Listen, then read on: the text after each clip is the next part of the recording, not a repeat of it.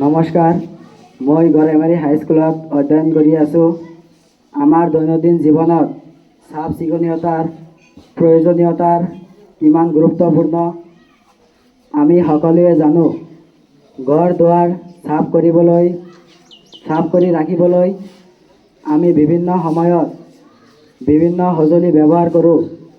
এই ক্ষেত্ৰত আমাৰ কামবোৰ সহজলভ্য কৰাৰ বাবে এক নতুন ধাৰণা আগবঢ়াবলৈ বিচাৰোঁ। আমি প্ৰস্তুত কৰা সঁজুলিৰ ভিতৰত ঝাৰুৰ সৈতে ধূলি সংগ্ৰহ কৰা পাত্ৰ সংলগ্ন কৰি দিয়া হৈছে, যাতে চাফ কৰা ধূলিবোৰ সেই পাত্ৰত সংলগ্ন হৈ অন্য ঠাইত লেতেৰা নহয়। এই সঁজুলিবিধৰ সহায়ত কম সময়ৰ ভিতৰত চাফ চিকুণতাৰ কামবোৰ কৰিব পাৰি।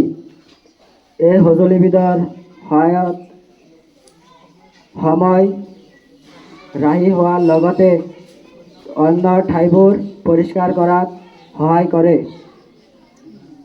ছাত্ৰ ছাত্ৰীসকলে প্ৰস্তুত কৰি উলিয়াইছে, সেইটো আচলতে সাধাৰণতে এটা সাধাৰণ ঝাৰু হয় আৰু ঝাৰুৰ সৈতে এটা লাখুটি দিছে আৰু লাখুটিৰ তলফালে ঝাৰুৰ তলফালে এটা ছাটা, যিটো আমি পেলাই দিছোঁ, যিটো ছাটা আমি ইউজ নকৰোঁ। নষ্ট হোৱা বেয়া হোৱা ছাটা এটাৰে সিহঁতে এই কামটো ধুনীয়াকৈ সজাইছে। এই বস্তুটো যেতিয়া আমি ব্যৱহাৰ কৰিম, তেতিয়া আমি ওপৰৰ পৰা যেতিয়া ধূলি মাকতিবিলাক বা মকৰা জালবিলাক গুচাই দিম, তেতিয়া সেই মকৰা জাল বা তাত লাগি থকা ধূলি বালিবিলাক আমাৰ চকুত সাধাৰণতে নপৰিব আৰু চকুত নপৰে আৰু চোতালতো নপৰিব। তেতিয়া এনেই দেখা যায় যে যেতিয়া আমি ঝাৰুবিলাক ব্যৱহাৰ কৰোঁ, ওপৰত যেতিয়া ধূলি মাকতিবিলাক আমি গুচাব চেষ্টা কৰোঁ, আমাৰ চকুটো ওপৰফালে যোৱাৰ লগে লগে তাতে কি হয়, এই ধূলিবোৰ আমাৰ চকুত পৰে।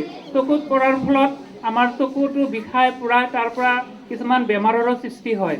গতিকে আমাৰ ছাত্ৰ ছাত্ৰীসকলে যিটো এটা নতুন সৃষ্টিশীলতাৰে এটা পদ্ধতি তৈয়াৰ কৰিছে, য'ত নেকি ঝাৰু আৰু ছাতি আৰু এটা লাখুটি আছে, সেইটো সঁচাকৈয়ে প্ৰশংসনীয়।